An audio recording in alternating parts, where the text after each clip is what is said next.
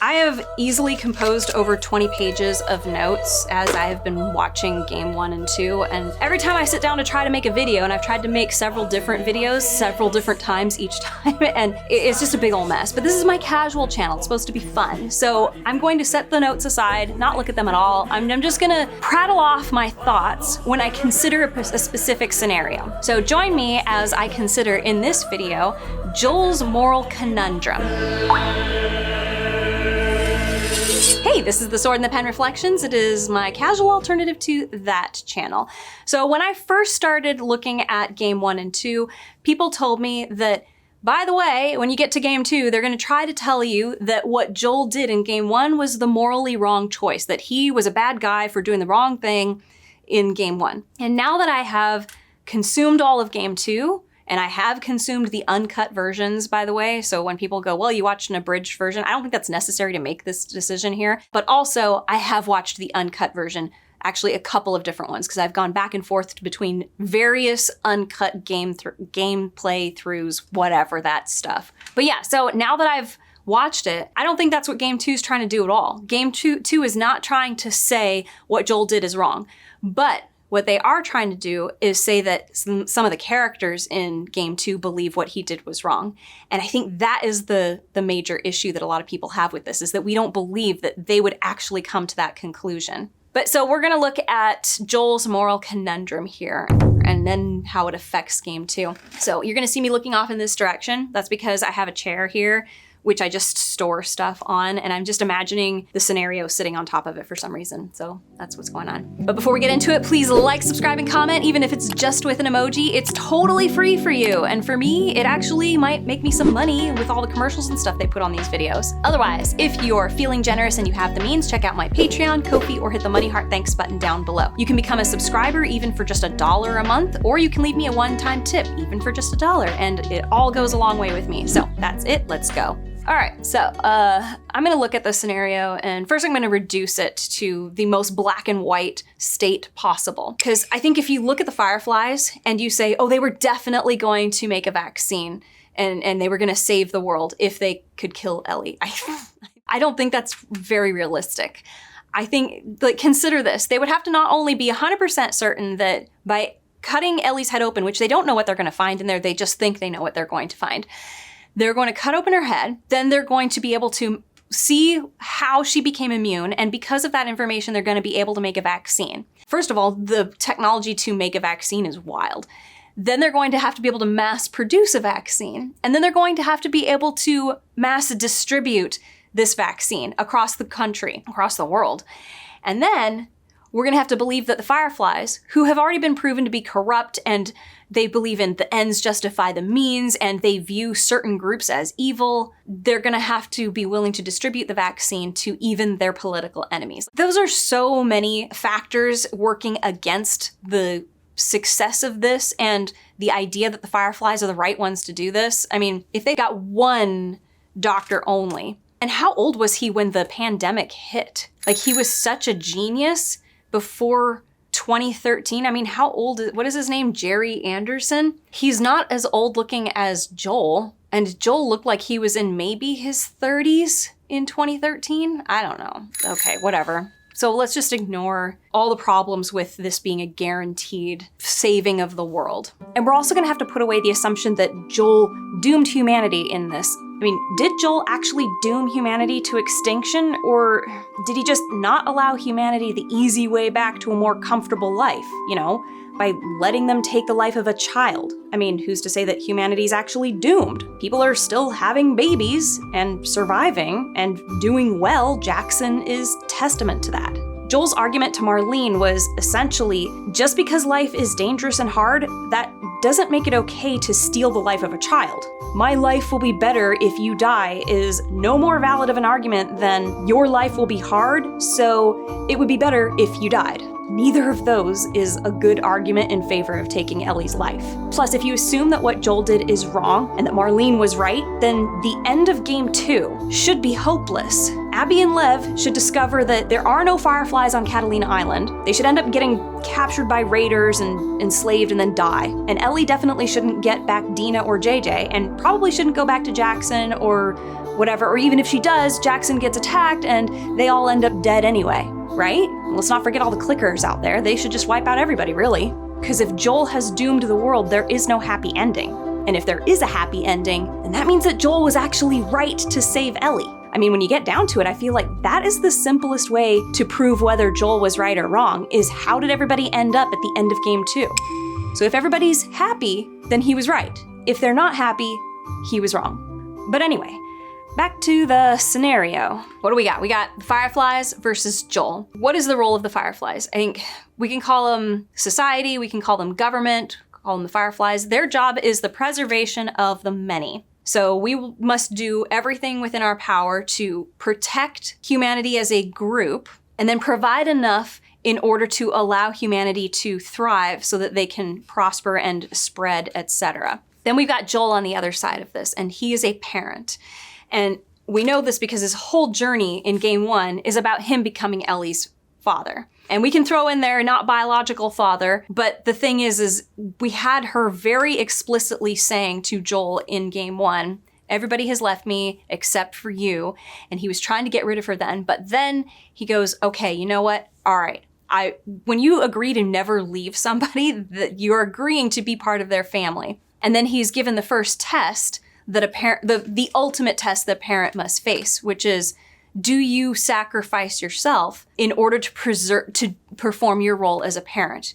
And he proved that he's willing to do that because he went on this obvious suicide mission against the entire hospital of the Fireflies, except that he won in the end. Now we look at the Fireflies versus Joel. Were the Fireflies wrong for trying to kill Ellie? Probably not, but was Joel more wrong for trying to save Ellie? No, I actually think he was more right because society literally would not exist without individuals, but an individual can exist without society. And if the ultimate goal of the Fireflies is to preserve humanity, humanity can exist with just one human. There it is from that angle. Okay, we got to start adding in some of these more complex variables here. The thing that bugs me the most is killing Ellie as a child. Why do they have to kill her now? Why can't they wait a little while? I didn't see any evidence of a ticking clock. Like, oh my gosh, the refrigerators are only gonna work for another month. So we have to kill her now so that we can get the vaccine produced because we gotta keep them in these refrigerators. Like, I didn't see anything like that said we have to do this right now. But they acted as if it was urgent. She shows up and they don't even wake her up to like experiment on her for a few weeks before they decide to kill her. Like they could have kept her alive for months just running tests and experiments to try and see, is there a way to make a vaccine from her without killing her? And then decide, aha, let's do it. We have to do it.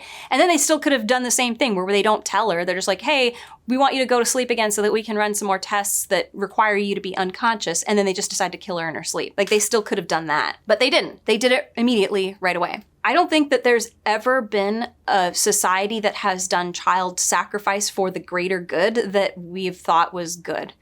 Is there any? I don't think there is. And I think that making the decision of death for somebody without asking them first, that's also never been good. But now we can look at, okay, well, in the DLC and then also in game 2, we know that Ellie really wanted to sacrifice her life to save everybody, which is not information that Joel had, first of all, but even if he did have it, should he have let her do it? She's his child, a child. If a child has suicidal tendencies, do you let them do it? Or do you preserve them until they become an adult and then you can't make decisions of you're not allowed to kill yourself? Her having survivor guilt was not right. You're not right to feel guilty for surviving where other people died. You're not right to feel like you don't deserve to live because you're immune and other people aren't. When somebody has a false belief, your job is to correct that belief or stop them from destroying themselves because of that belief until they can become a healthy enough adult to realize that's the wrong way to think. Now, she could become an adult and someday go, I love humanity so much that I want to sacrifice myself for them. And that's a healthy self-sacrifice. But wanting to self-sacrifice because you feel guilty about living that's not good. That's not healthy. That's not normal. You'd be in the wrong for letting your child self-sacrifice because it's a way to kill themselves, because they're unhappy or because they wish they had died like all their friends. All right, how else can we think about this? I'm trying not to look at my notes because There's just way too many of them. Oh, I looked. Okay. There's the argument that Joel made the wrong choice by killing all of the Fireflies, but I didn't see him kill anybody that wasn't trying to kill him before he could rescue Ellie. So he's on his way to rescue Ellie, and other people are trying to stop him, and so he kills them. Even the surgeon came after him with a scalpel, and if you're like, just a scalpel and a gun, what was Joel supposed to do? Just stand there and let the guy slash him to death? No, so you kill him, so he's dead. So he had to die so that Joel could save Ellie. But he didn't kill the 2 nurses. I heard in the game you can actually kill them. But in the versions that I saw, and then also in the show, he doesn't kill the other doctors or nurses or whatever. The one person that he kills after the fact, and I don't think that it's presented as you could not save Ellie without killing this person, is Marlene. He kills Marlene because Marlene, even after everything that Joel has done, is sitting there trying to convince him, you can still make this right. It's not too late. You can hand her over, which if it's not too late, then that means that Ellie could still in the future self-sacrifice, right? Because if it's not too late, because the doctor's dead. But if Ellie could still save the world, that means there must be another way. There must be another doctor or something, right? So she could still do this. Anyway, I have heard the argument that Joel was selfish. He didn't want to lose Ellie, so he killed Marlene. But Marlene was sitting there trying to convince him to bring her back and die. Like, it's not too late. You can still hand her over and we can still kill her. That's what she was trying to do. So if he takes off, and Joel knows he left people alive among the Fireflies, he's going to constantly be having to fight these people to keep them from killing Ellie, because they are desperate to kill her right now. See, this is why the whole killing Ellie thing right now, I think is it makes no sense. Why did they have to kill her right now? This is why I think most people will ultimately come to the conclusion that Joel did not do the wrong thing. Because if he didn't kill Marlene here, Marlene knows where Joel's gonna go. Marlene knows that Ellie and Joel exist and that they're on the run somewhere. And so far, Marlene's idea has been kill Ellie right now. And Joel's job is to preserve Ellie until she becomes a healthy, sound-mind adult and can make the decision for herself. Now, if Marlene was saying, fine, we won't come after her. We will approach the situation again when she is an adult and she can make this decision for herself. That would be different. If Joel were to kill Marlene then, I mean, even then, it's sort of like the situation in Game 2 where we had, why did they leave Ellie and Tommy alive when they killed Joel? Like, it just seems stupid. Like, it would have been stupid for Joel to think that Marlene's telling the truth. He should just kill her anyway.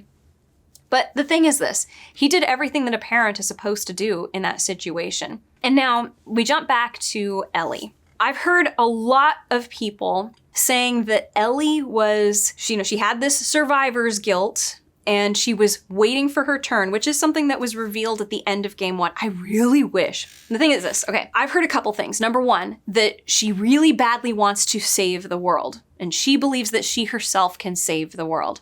And that this was an obsession of hers. Also, that she had survivor's guilt and was willing to die in order to save the world. Okay, so that's what we've got here. We've already looked at the survivor guilt thing, and this is not a healthy way. Like, it's not a healthy decision to be like, you know what, we really need somebody to self-sacrifice to save humanity. You know what we should do? We should go after the suicidal person. I don't think people would look well on that situation. But an issue I had with this was that it's not something that's really hammered into the audience until the very, very end. Everybody interprets that conversation where they're looking over the giraffes and she says, it needs to all be worth it, as like, see, she wanted to kill herself so that she could say that all the suffering she went through was worth it. I don't think that's enough. And then when we get to the very, very end, and she has that conversation with Joel before they're walking into Jackson, and she goes, I've just been waiting for my turn. I mean, to me, that's like, oh, thank God he didn't let her die because she was obviously a suicidal person.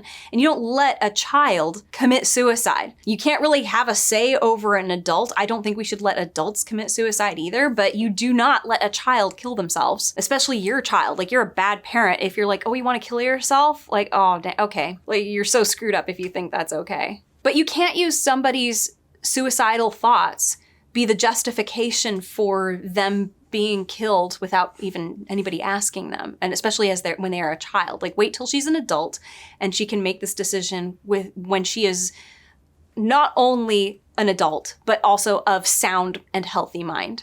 Have we hashed this out enough? Have we looked at it in all that way? Okay, yeah, all right, I think we have, maybe.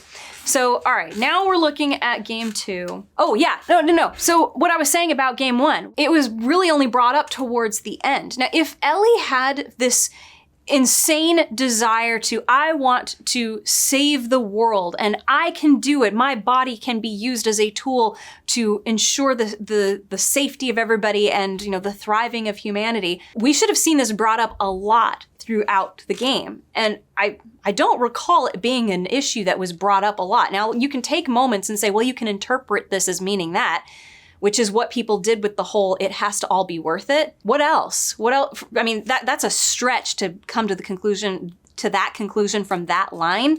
But what else do we have? Where else did we see littered throughout the entirety of game 1 where she was talking about how she can't wait to be the one who saves the world, or she can't wait for, you know, they're going to make a cure from me and maybe we'll be able to do this stuff again. That'll be so great. It would be wonderful. Like that should have been built up to a lot more throughout the game. I think, to me, when you get to the ending, when she says, I've just been waiting my turn, that literally just reveals that she's not in her healthy state of mind. By the end of all of this, she should not be making life and death decisions about her own life. She's a child, first of all, and she's not well. But at the same time, I kind of wish we saw this before that moment. If she really felt, I've been waiting for my turn, I want to die, I know I've just been waiting for somebody for my turn to come along, for me to be dead, and, you know, it'd be great if when I die it saves everybody.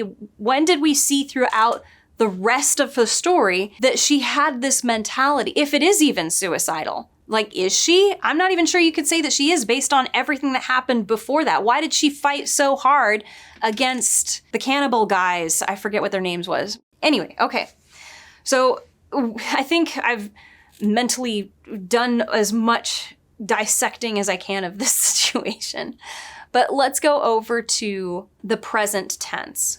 Please like, subscribe, and comment, even if it's just with an emoji. It's a free way for you to support the channel, and for me, it might bring in some money from all the commercials they keep putting on my videos. Or if you're feeling super generous, check out my Patreon or Ko-fi. I've got links in the description. Or you can hit the money heart thanks button down below. Now, let's get back to it. Ellie does not like that Joel lied to her. And I agree, once Ellie has achieved adulthood and she's sound of mind, you should tell her the truth. That's like the one thing I can say that Joel did that was objectively wrong. You do not lie to an adult about something that they have a right to know the truth about, and he did. Because I think she was an adult during that trip where they found the 2 bodies of the young people who ran away, and then she's like, what happened or whatever, and he tells her to stop hashing it out. She had a right to know the truth of the situation at some point when she's an adult. But now if we're going by what he heard her say at the end of game 1, I've just been waiting for my turn, I could see why he would say that lie. Could also see that he doesn't want to lose her. I mean, he's the father. You got to let go though at some point, right? Once she is an adult of sound mind, she should be able to make her own judgments of these situations. So the one thing he did that was objectively wrong was lie to her, to deny what actually happened. Then she finds out what really happened. She goes to the hospital, discovers the recordings and whatnot, and then confronts him. And then he tells her the truth. And of course she would be upset and angry and like, I don't want to be around you anymore. I could see that. But now the question becomes, how long would it take for her to realize all the stuff about the first game that basically everybody else realized, which is it's not a clear-cut situation. So we have to believe that Ellie would be against Joel saving his daughter's life, and he should have sacrificed his daughter in order to save humanity. And again, this would have to ignore all the problems that came up with that being a guarantee that if Ellie dies, humanity is saved. When she confronts him on the porch, the main thing she seems to be angry about is the fact that my life would have meant something if you let me die. But okay, we need to get back to, she needs to see what Joel did back then and say what he did was wrong. And I don't think a lot of people actually believe that she would think that,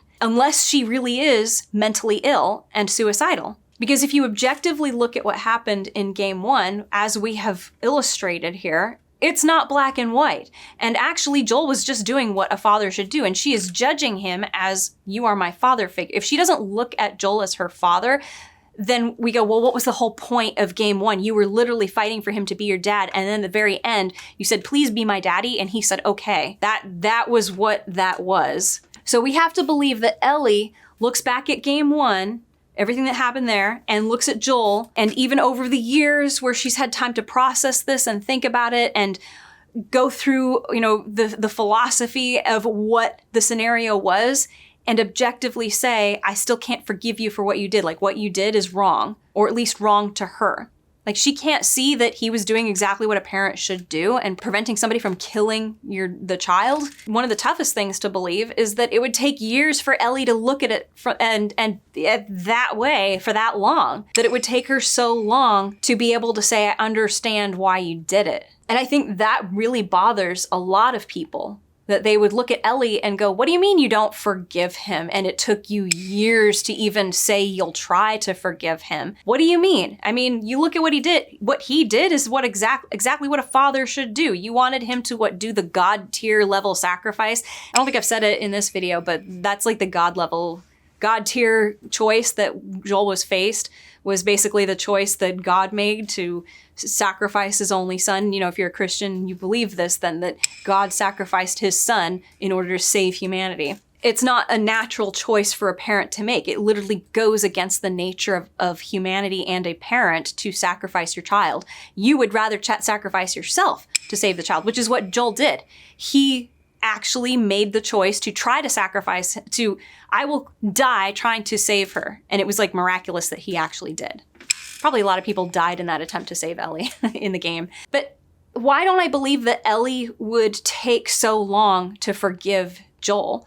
Well, it's because Ellie was so perceptive of human nature all the way up until all of game one. She was wise beyond her years in game one. Joel was the one who was closed off and didn't want to open up or look at other people's lives from their perspective or anything. And Ellie was the one who showed him how to do that. Ellie was the one who throughout the entire game was getting Joel to have compassion for other people and to see scenarios from other people's perspectives, or to look at them and see the humanity in them. And what now suddenly Ellie can't do that. And I'm not talking about after Joel died, I'm talking about before he died. All this time, and she's living in essentially a little paradise. Jackson is a nice town. She would have a lot of time to think about these things. This is why we call them first world problems, is that people have problems with small issues that are really not essential to life. They're just essential to living life to your best ability, whatever. Anyway, I don't want to get into that. I really hate that saying, living my best life. I think it's so stupid. But anyway, game two is asking us to believe that Ellie had unresolved issues with Joel. And I think that is the thing that makes it hard to follow her motivation in game two. I did not buy that Ellie would have a huge issue with the stuff that he did in game one. I mean, she may have known Marlene and been kind of friends with Marlene, but Joel was the one she saw as the parent. She didn't say, I have only in this world Marlene and you. She said, all I have is you. Marlene wasn't even in her thoughts when she made that statement in game one. So maybe killing Marlene would be the hardest issue here, but then you'd have to go, well, why did he kill Marlene? Well, because Marlene was insisting on killing me right then and there. And I was a kid, and Joel is my dad, and it's his job to make sure that nobody kills me, especially while I'm a kid. But okay, so I don't know, where are we? Ellie taking forever to get over what Joel did. I mean, the only thing I can see her being upset about is him lying and trying to make her feel bad for questioning him. Like, that's not good. But that's so freaking small. Like, you don't go years not talking to somebody or being on the outs with them like that because they did what every single parent does ever and then maybe carries it on a little bit too long. He came clean when she said it, when she finally say it or don't say it. He came clean. So you can be mad at him for lying to you for a while, but then when they come clean, that's where you go, okay, what am I mad at them about for real? And it is apparently not letting the Fireflies kill her when she was a child.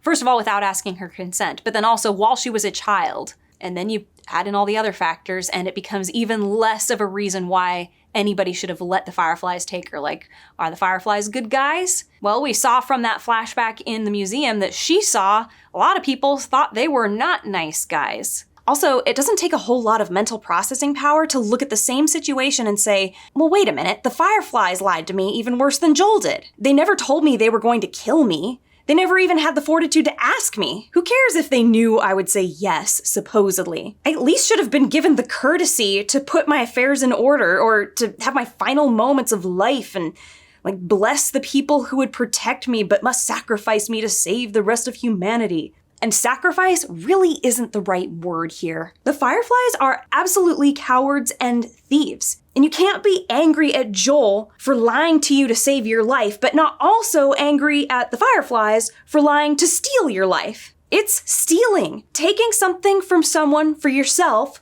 without first asking for it, even if you think the owner would absolutely give you that thing, is stealing. The Fireflies were lying, cowardly, thieving kidnappers and child murderers. And I can see that a lot of people would find it hard to believe that Ellie, who we know so well from game 1, would hold it against Joel for so long that he saved her from having her life and future joys that she had just been expressing excitement for moments before the Fireflies caught her, stolen from her. Like, she would be so mad at him for doing that, for stopping cowardly, thieving kidnappers and child murderers from murdering her. Yeah, you just can't be mad at one and not the other. And if you're mad at the other, if you can see what the Fireflies are doing, it's really hard to continue being mad at what Joel did. It's so hard to believe that Ellie would not put this together on her own. Not the Ellie that we have gotten to know. So I can totally see people not being satisfied with this. You know, if she's immune,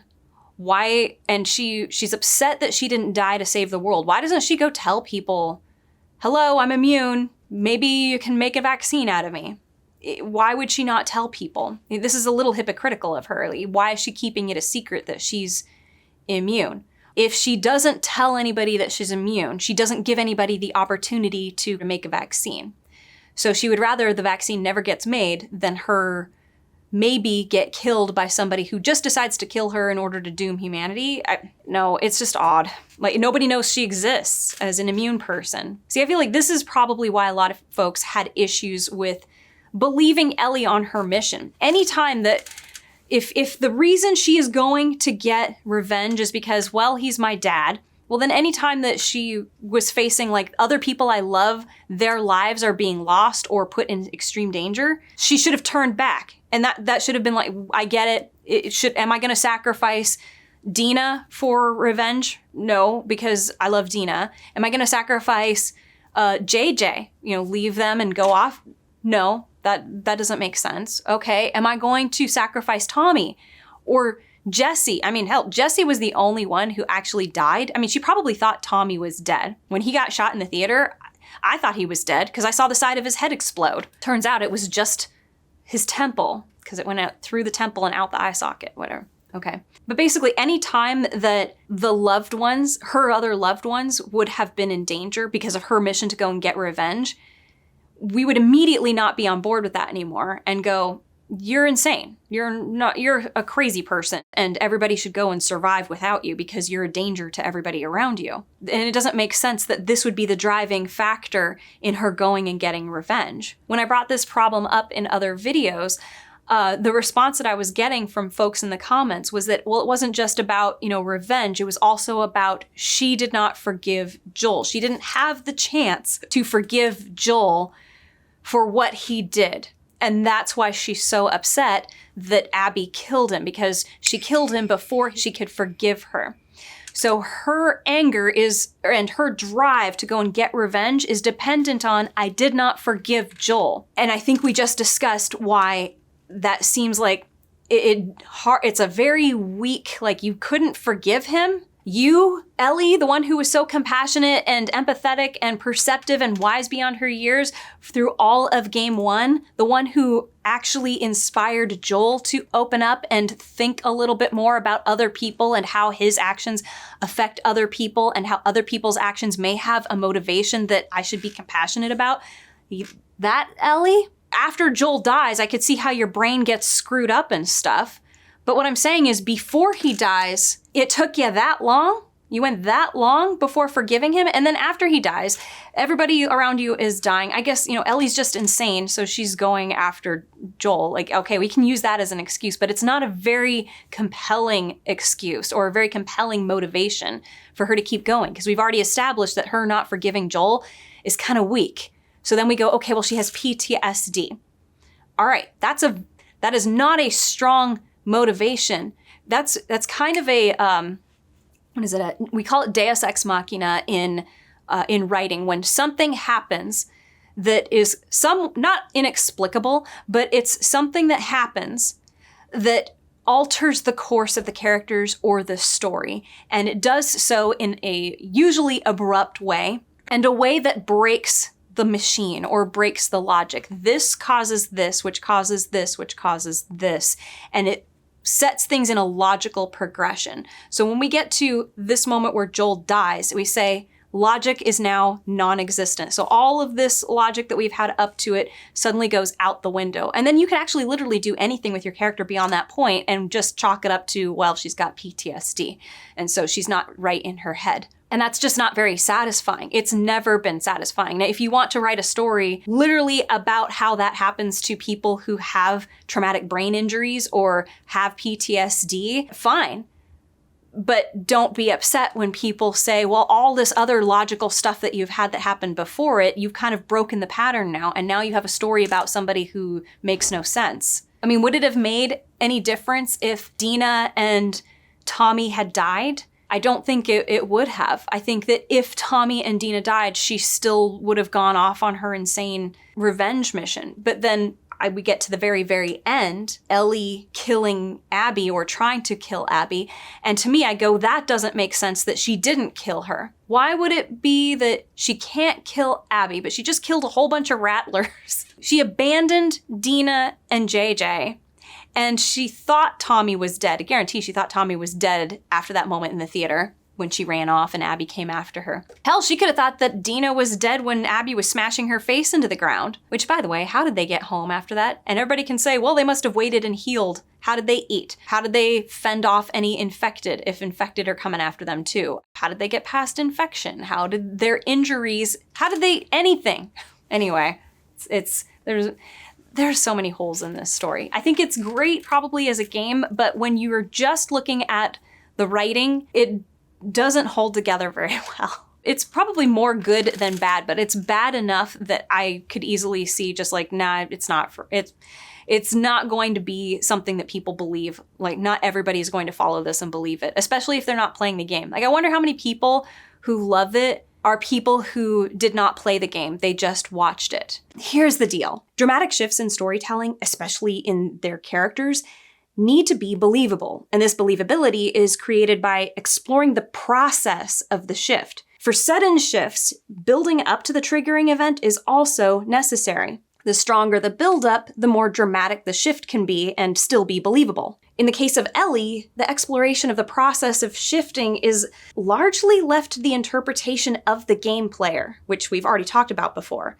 Because of this variable, a player can feel jerked around by a character that's behaving in cutscenes in ways that don't match how the player is playing the rest of the game. So because the exploration is open to the will of the player, the process that a player is exploring can lead to places where the cutscenes don't end up going, which basically renders the whole exploration bit pointless, unless the player just happens to have the same interpretation as was intended by the writers. As for the build-up to Ellie's triggering event, this was delivered as flashbacks after the event already occurred, which is almost always less effective than doing so before the event, especially in a character whose progression has been pretty linear until now. We didn't retroactively go back and say, Ellie was like this because of this. This big mystery that's been hanging over our heads forever is finally revealed. We didn't have that before this second game. It's a change in the format, which is a totally other discussion. So yeah, these flashbacks were also kind of tangential. They basically reveal the story of Joel and Ellie falling out and coming together again, instead of building a case for Ellie being on the verge of disregarding her new family. You know, Tommy and then Jesse and then Dina and JJ. See, all of that buildup should have been making us think that, oh my gosh, if something were to occur right here to set her off, it would put her on a course to pursuing something for Joel, even if it means disregarding these people. But when we just say it's PTSD, it's very dissatisfying. Again, unless your story is about PTSD, but that's not what this story is about. This story is supposedly about making the difficult choice to forgive in order to stop the cycle of violence. And PTSD says you can't do that unless God comes out of the machine and makes it happen. With a flashback of Joel sitting on the porch, revealing that, oh, Ellie was just about to forgive him. Something that she knew all the time. It's way too convoluted and complicated. Nobody can have, and again, I'm straying here, but it is quite frustrating to have had this wonderful progressive story in game one and then get to this one and realize the only way you can have any kind of emotional response to this is if you do the mental gymnastics required in order for you to understand what the writers intended in certain moments, which still may contradict the way you were playing the game. Anyway, but okay, so we got Ellie not forgiving Joel before he dies. That was not something that was very convincing. This is a pushed thing. It's a very forced thing. The fact that she lives in paradise and had a lot of time to think about this and yet still was like holding a grudge against Joel, it doesn't seem very Ellie-like. Especially since he is literally the only person in her life. Like, she stated that. It's just you and me. But do I need to hash this out anymore?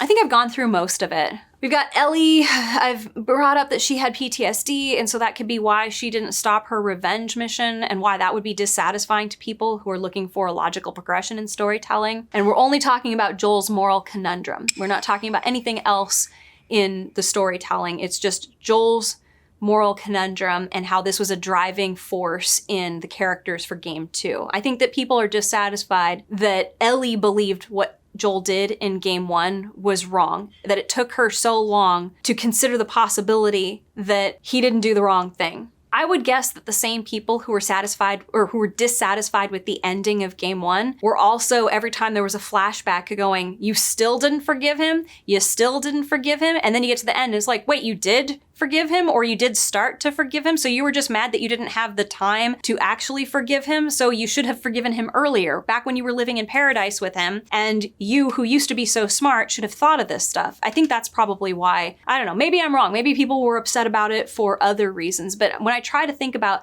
why would people be upset with the game supposedly claiming that Joel did the wrong thing in game 1. I mean, I understand why. It's pretty obvious. When you leave something ambiguous and then later you retroactively say, actually what he did is wrong, that makes sense to me. But I don't think that the game is actually trying to say what he did is wrong. What they're trying to do is say that Ellie thinks what he did was wrong. And that, I think, is what people disagree with. I don't think that people believe that she would think that what he did was wrong. And so the fact that it took her so long to forgive him, that's the part that's unbelievable. But in the end, I suppose that just serves the main point of game 2, which I think is, like, if you were going to distill game 2 down to what is the founding stone of everything else above it, I think it's that violence is bad and only begets more violence. And the only way to break the cycle is to accept the situation you're in, let it go, and stop. The only way to stop it is to stop it. And I know that's reductionist, but if Abby did not kill Joel, Ellie would not have lost her mind and gone and done this stuff. And if Joel had not killed the Fireflies, including the father, Abby would not have lost her dad and gone after Joel. And if the Fireflies had not tried to kill Ellie and just accepted that humanity was doomed, then Joel would not have killed all of them. So there you have it. I mean, if you follow it back like that, though, then you go, okay, so then what everybody should have done is, well, first of all, they should have waited. This is why it goes back to the whole, like, why did you have to kill her now? Everybody should have just waited until Ellie could be an adult, a healthy-minded adult, and say, I love humanity so much, I'm going to give my life to humanity. That would have solved everything. That literally would have solved everything. If the Fireflies had waited, none of this would have happened. But I think that's it. I think I've dissected this enough if we're just staying focused on Joel's moral conundrum. So anyway, if you've got more to add to this discussion, you are welcome to put it in the comments. Please do not say you can never understand because you don't play the game. I agree with you. I don't think that anybody can empathize with the characters in the game as much as somebody who's physically playing with it. Because if you have a controller, you are psychosomatically conditioning yourself to be invested in the game. I just think that that has nothing to do with the storytelling. I don't think that a person sitting next to somebody with a controller should not be able to feel what the person with the controller feels if all the storytelling that's happening is in the writing. So if you have to have a controller in your hand, this is not a story that works on its own. It is a story that only works with the controller in your hand, which means it's a game story. It is not a written story. It is not a story, or it's not a story that can exist in a book, or, well, I think it could actually work in a book better than a show, but I don't think it could work as a show. That's a whole other discussion. And if I get into it now, it'll just be a never-ending video. I don't want to do never-ending videos, but I think I'm done hashing this one out. This is like the 5th or 6th time I've tried to record this because I kept on getting into other subjects because my notes go all over the place. And oh my gosh. Like here I mentioned, there's always going to be an issue with off-screen development, because I think that there was some off-screen development between Game 1 and Game 2 in Ellie as a character. And I don't think that that's going to work for most people. But anyway, that's it. Please like, subscribe, and comment, even if it's just with an emoji. It is totally free for you, and for me, it might help me make some money with this video. Otherwise, if you are feeling generous and you have the means, check out my Patreon, Ko-fi, or hit the money heart thanks button down below. You can become a subscriber, you can leave me a one-time tip, and I appreciate anything, even $1. That's it. Be good to yourself. We'll do more on another subject later, but I need a break.